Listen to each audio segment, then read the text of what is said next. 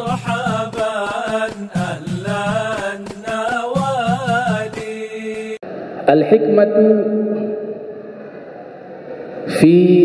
Al-hikmatu minal adhan, al-hikmatu minal adhani arba'atun. Hikmah dari azan ada 4. Kata al-hikmah itu menurut para ulama memiliki banyak arti. Hikmah. Wa fi surat Luqman Allah Subhanahu wa taala berfirman, "Wa laqad ataina Luqmana al-hikmah." Sungguh kami telah memberikan kepada Sayyidina Luqman hikmah. Sayyidina Luqman seorang ahli hikmah. Al-Imam Az-Zahabi yang lahir 673 Hijriah, wafat 748 Hijriah, di dalam kitab Syiaru A'lamin Nubala mengatakan, riwayat dari Sayyidina Sa'id ibn al-Musayyib, kana min Sudan. Sayyidina Luqman orang Sudan, orang Afrika, di negara namanya Sudan. Wazada dzalika,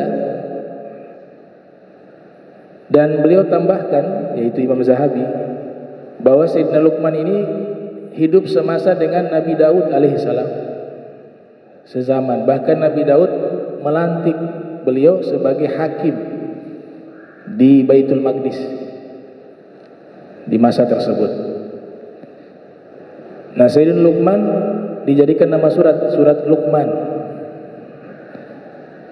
Di ayat tersebut Allah Ta'ala menyatakan, kami telah memberikan kepada Sayyidina Luqman al-hikmah. Nah, al-hikmah di sini yang dimaksud menurut Syekh Muhammad bin Abi Bakar Ar-Razi dalam kitab beliau Mukhtar As-Sihah, artinya adalah al-ilm wa tafaqquh. Kami telah memberikan kepada Sayyidina Luqman ilmu dan tafaqquh, pemahaman mendalam terhadap seluruh ilmu agama. Jadi makna fikih tidak hanya dimaknai ilmu fikih, ada makna lughah, ada istilah ya. Kalau ilmu fikih, al-ilmu bil ahkami syar'iyyati al-amaliyati al-muktasabah min adillatiha tafsiliyah, itu secara definisi. Apa sih ilmu fikih? Yaitu satu ilmu yang menghimpun hukum-hukum syariat praktis yang diambil dari dalil-dalilnya yang terperinci. Itu makna ilmu fikih secara istilah. Tapi kalau makna secara bahasa artinya pemahaman yang luas, al-fahmu. Nah, sehingga memaknai hadis yang diriwayatkan oleh Imam Muslim di dalam sahihnya, yang dilahirkan tahun 204 Hijriah, wafat 261 Hijriah, may yuridillah bihi khaira yufaqihu fid din. Siapa yang Allah inginkan kebaikan, Allah berikan dia faham terhadap ilmu agama, bukan faham terhadap ilmu fikih saja. Karena makna di situ makna lughah.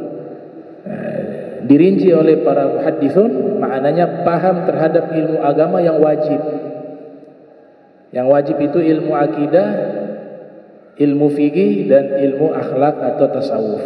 Fa farduhu ilmu sifatil fardi ma ilmi ma yahtajul muaddi min fardi dinillahi fid dawami katuhri was salati was siyami wal bai'i lil muhtaji lit tabayyu'i wa dhahiril ahkami fis sana'i wa ilmi da'i lil qulubi mufsidi kal ujbi wal kibri wa da'il hasadi wa ma siwa hadza minal ahkami wa hadza minal ahkami fardu kifayatin ala anami wa ma siwa hadza minal anami fardu kifayatin ya.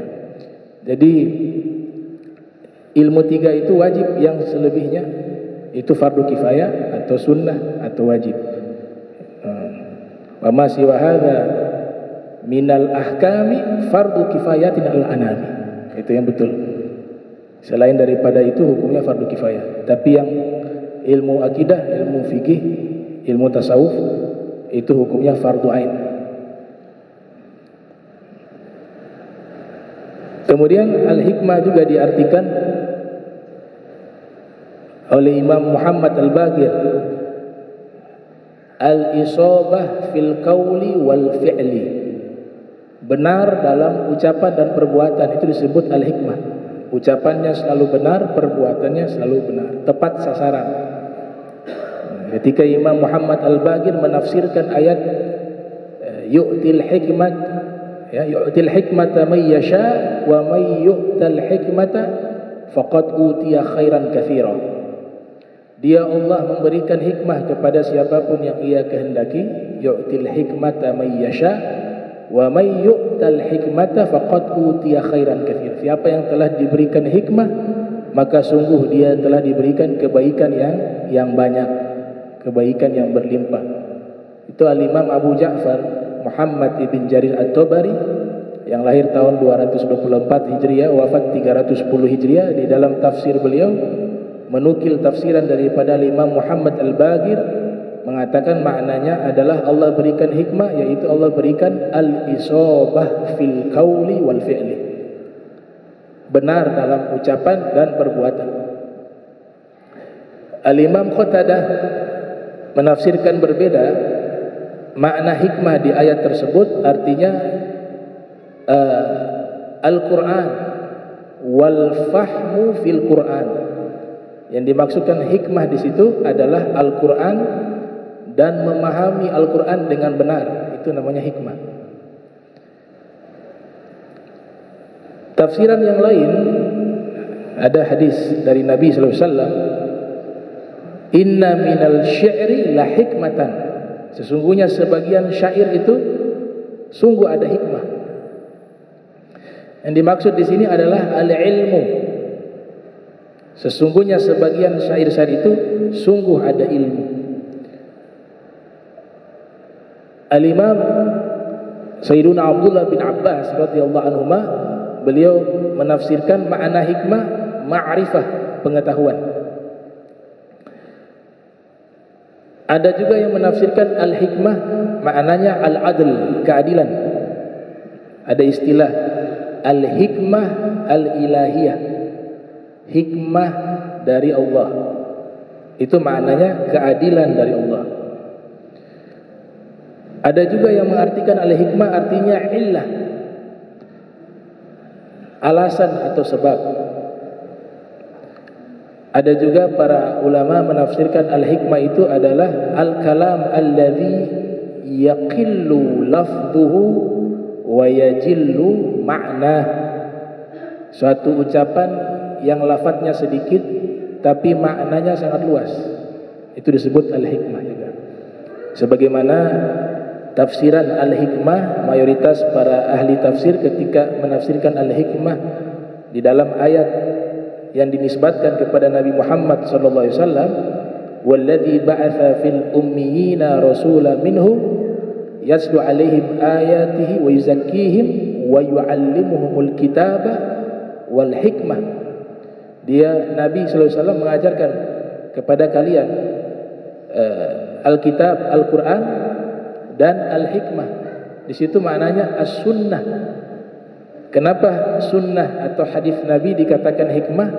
Karena ucapan Nabi sedikit tapi memiliki makna yang sangat luas, jawami'ul kalam, maka disebut al-hikmah.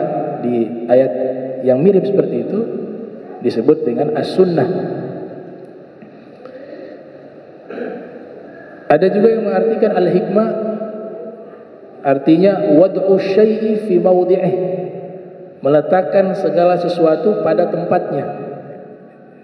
Itu namanya al-hikmah. Menurut para filosof, al-hikmah artinya falsafah. Seperti Ibnu Sina, Al-Farabi, kemudian Aristoteles, Sokrates, Demokrates, dan para filosof Yunani dan Muslim mengartikan falsafah itu hikmah. Ya, hikmah itulah falsafah. Jadi itu beberapa arti daripada al-hikmah.